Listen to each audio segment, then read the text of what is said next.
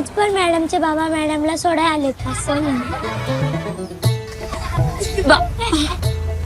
बाबा मला शाळेतून घरी सोडायला यायला आता मी विद्यार्थी नाही, शिक्षक आहे.